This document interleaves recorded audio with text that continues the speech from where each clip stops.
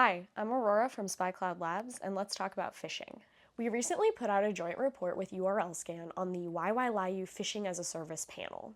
YYlaiyu is a phishing-as-a-service panel developed by Chinese-speaking cybercriminals that makes it easy for cybercriminals to launch sophisticated phishing campaigns targeting victims all over the globe.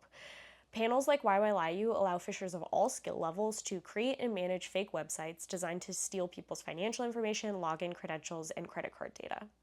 This panel, like many of the Chinese-developed phishing-as-a-service panels, operates using an interactive phishing flow, in which panel operators are alerted when one of their pages gets a new visitor, and then they're able to iteratively administer each user session in real time.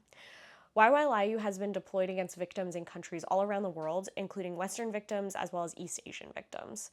There are over 90 templates for specific brands. They have the classics, like those impersonating shipping companies like DHL or FedEx, but they also have cryptocurrency platforms in there like Coinbase. And starting in May of 2025, we also began to see heavy deployment of brand templates impersonating investment platforms like Fidelity and Schwab. And this is all part of the bigger Chinese language phishing landscape. It's one of dozens of different phishing as a service kits developed and operated by actors within this unique Chinese language phishing and carding subculture. SpyCloud tracks these threat actors, and we recapture phish data like credit cards and passwords. For more information, you can check out our blog on YYlaiyu. There's a link in the description below.